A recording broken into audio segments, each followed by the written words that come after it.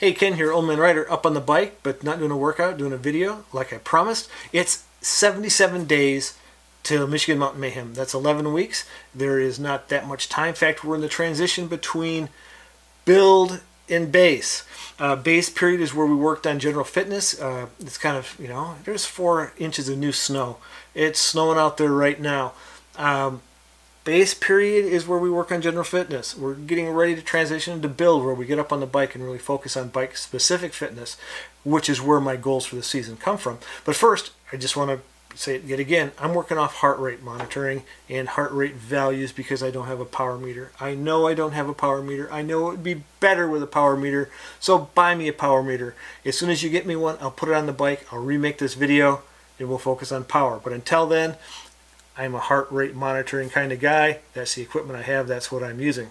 Second thing, because of that, everything I say is based off 2 resources by Joe Friel, Fast After 50 and Total Heart Rate Training. These books are the basis of everything I'm talking about. That's where I've gotten all my information. I'm not making it up. Links down below in the comments. Okay, 11 weeks to go. That means we're kind of on a fast track, as I said before, between base and build. We are working on getting ready for cycling. 3 goals. First goal I want to focus on this year is upping my aerobic threshold, to be able to do longer rides and be at a higher level of endurance capable riding. Michigan Mountain Mayhem is going to be all about endurance, so that's one of my goals. The second goal I have is increasing lactate threshold, that point where the body can't clear the lactate that we're producing. It starts to build up. I want to push that number up so I can work harder. Again, Michigan Mountain Mayhem is a great goal to do that.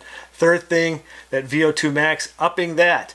That is going to be a big deal because Michigan Mountain Mayhem has mountains, and we're going to need every bit of ability we have to convert oxygen to movement up those mountains.